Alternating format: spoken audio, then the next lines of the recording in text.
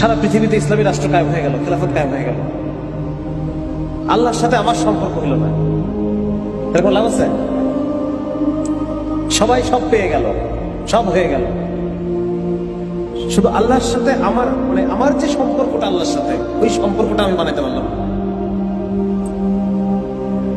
এটা দিয়ে লাভ হলো, তাই না? ওই যে বলে না যে মিষ্টি, অনেক মিষ্টি, একজন লোক কোনোদিন মিষ্টি খায় নাই, তো সে তো বলেই যাচ্ছে যে হ্যাঁ অনেক মিষ্টি, অনেক মিষ্টি, অনেক মিষ্টি, কি খায় নাই কখন? তাহলে সে কি বুঝতে পারলো জিনিসটা আসলে কি, আসলে কেমন মিষ্টি সেটা? তেজব ভাই, আমার কথা হচ্ছে এটা যে আল্লাহ রাব্বুল আলামিনের সাথে ব্যক্তিগত সম্পর্ক তৈরি করেন, এটা করা যায়। সম্পর্ক কি? সম্পর্ক মানে ওয়ান ওয়ে সম্পর্ক হয় না, সম্পর্ক কি হয়? Two way. প্রতিটা মুহূর্তে মুহূর্তে আমি অনুভব করতে পারবো যে আল্লাহ আমার সাথে আছে, শুধু যেন আল্লাহকে খুশি করার জন্য ব্যয় হয়।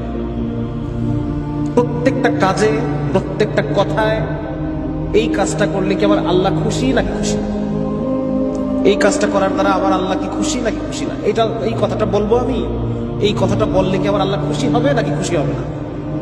এটা প্রথম প্রথম কষ্ট হয়, কিন্তু আস্তে আস্তে এটা অভ্যাস হয়ে যায়।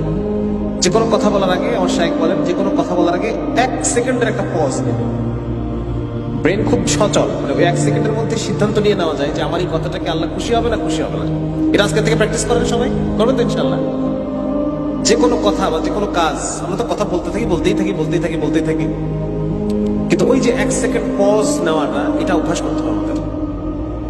এবং ওই 1 সেকেন্ডের মধ্যে আমার চিন্তা এটাই থাকবে যে আল্লাহ খুশি না খুশি না, আল্লাহ খুশি না খুশি না। সাহাবায়ে কেরাম রাদিয়াল্লাহু তাআলা আনহুম, ওনাদের জীবনটা কেমন ছিল? ওনাদের সমস্ত কাজের একমাত্র উদ্দেশ্য ছিল আল্লাহর খুশি। যাদের কথা বলে আমরা গর্ব করি, যাদের কথা বলে বলে আমরা আমাদের অতীত ইতিহাস নিয়ে গর্ব করি, তাদের সবার উদ্দেশ্য ছিল আল্লাহর খুশি। ইব্রাহিম আলাইহিস সালাম সম্পর্কে একটা ঘটনা আছে এরকম যে, মানে এই যে আগুনের মধ্যে ফেলে দেওয়া হলো, আচ্ছা আজান করতেছে, হ্যাঁ, এই যে আমরা কত গল্প করি, কত ধরনের কত ঘটনা পড়ি যে সাহাবায়ে কেরাম রাদিয়াল্লাহু তাআলা তারা পানির ভিতরে ঘোড়া ছুটাই দিচ্ছেন। তারপর হচ্ছে অনেক ধরনের ঘটনা পড়ি না আমরা, যে তারা কত বীরত্ব। জুবাইর ইবনে আওয়াম রাদিয়াল্লাহু তাআলা যখন শত্রু দলের মধ্যে ঢুকতেন, খালি হাতে খালি হয়ে যেতেন, কোনো বর্ম পড়তেন না উনি। ঘোড়ার পিঠে চড়তেন, 2 হাতে 2টো তরবারি নিতেন, আর ঘোরাইতে ঘোরাইতে শত্রুর মধ্যে ঢুকতেন, আবার ওইভাবে শত্রুর মধ্যে থেকে বেরোয় চলে আসতেন। তো এই যে এগুলো সম্ভব কখন হবে? যখন আল্লাহর সাথে আমার সম্পর্ক হবে, ঠিক না? আমি যখন অন্তরে প্রতিটা লোমকূপ থেকে আমি বিশ্বাস করবো যে আমার সাথে আল্লাহ আছে, এটা তখন সম্ভব, আদারওয়াইজ এটা সম্ভব না। আর নাহলে পরে তখন যুদ্ধের ময়দানে তখন মনে পড়বে বাচ্চার চেহারা মনে আসবে, স্ত্রীর চেহারা মনে আসবে। হ্যাঁ, শয়তান তো ওয়াসওয়াসা দেয়, সবচেয়ে বেশি ওয়াসওয়াসা দেয় জিহাদের ময়দানে। এজন্য যখন আমরা দিনের কোনো কাজ করতে যাব, তখন যে ওয়াসওয়াসাটা আসে, ওইটা ওভারকাম করার একমাত্র উপায় যদি আল্লাহ রাব্বুল আলামিনের সাথে আমার ব্যক্তিগত সম্পর্ক তৈরি হয়। এজন্য এটা আমি খুব জোর দিতে চাই, যারা দাওয়াতের, আপনারা যারা দায়ী হবেন, আপনারা যারা এই উম্মতের মধ্যে দ্বীনি বিপ্লবের চেতনার জন্য কাজ করবেন, ইসলামী শরিয়াকে দুনিয়াতে আবার ফিরে আনার জন্য কাজ করবেন, সবার আগে আপনাদের জন্য প্রয়োজন হবে আল্লাহ রাব্বুল আলামিনের সাথে ব্যক্তিগত সম্পর্ক। এই কথাটা আমাদের ব্র্যাকেটে থেকে যাচ্ছে, আমরা এই কথাটা বলতে পারতেছি না। অনেক কিছু বলতেছি, বুদ্ধিভিত্তিক আলোচনা হচ্ছে, দিক নির্দেশনা আসতেছে, কিন্তু এই কথাগুলো আসতেছে না। এই কথাগুলো আসতে হবে, এই কথাগুলো আলোচনা করতে হবে। আপনার হাত ধরে যে লোকগুলো দ্বীনের পথে আসবে, সবার আগে রাসূলুল্লাহ সাল্লাল্লাহু আলাইহি ওয়াসাল্লাম কি করতেন? সাহাবায়ে কেরামের সাথে আল্লাহর সম্পর্ক করাই দিতেন। সাহাবায়ে কেরামের মধ্যে এত বেশি আল্লাহ তাআলার বরত্বের কথা আলোচনা, এত বেশি উনি আল্লাহ রাসূল করাইতেন। এবং আপনি দেখবেন যে মাক্কি জিন্দেগিতে যে সূরাগুলো আসছে, এইগুলাতে আল্লাহর বরত্বের কথা আলোচনা আছে বেশি। আমি আল্লাহ কত বড়, কত, হ্যাঁ, আল্লাহ তাআলা মুহিত, সবকিছু এনকম্পাস করে আছে। আল্লাহ তাআলা কাদির, আল্লাহ তাআলা সামিউন আলিম, আল্লাহর যত বরত্ব আছে সবকিছু ওই সময়ে বেশি সূরায় নাজিল হচ্ছে, আল্লাহর পরিচয়। এবং এইগুলো সাহাবীরা চর্চা করতেছেন, একজন আরেকজনকে শেখাচ্ছে, নিজেদের মধ্যে আলোচনা করতেছে, হ্যাঁ, পরিবারে গিয়ে আলোচনা হচ্ছে। এই কথাগুলো ভেঙে আল্লাহর পরিচয়গুলোকে ভেঙে আলোচনা করতেছেন তারা। এবং এগুলো বলার দ্বারা তাদের অন্তরের মধ্যে কি আসতেছে? আল্লাহর পরিচয়, মারিফাত। কোরআনের মধ্যে আল্লাহ তাআলা বলতেছেন ওমা খালাকতুল জিন্না ওয়াল ইনসা ইল্লা লিয়াবুদুন। ইবনে আব্বাস রাদিয়াল্লাহু তাআলা লিয়াবুদুর তাফসীর করতেছেন লিয়ারিফুন, আল্লাহকে চেনা।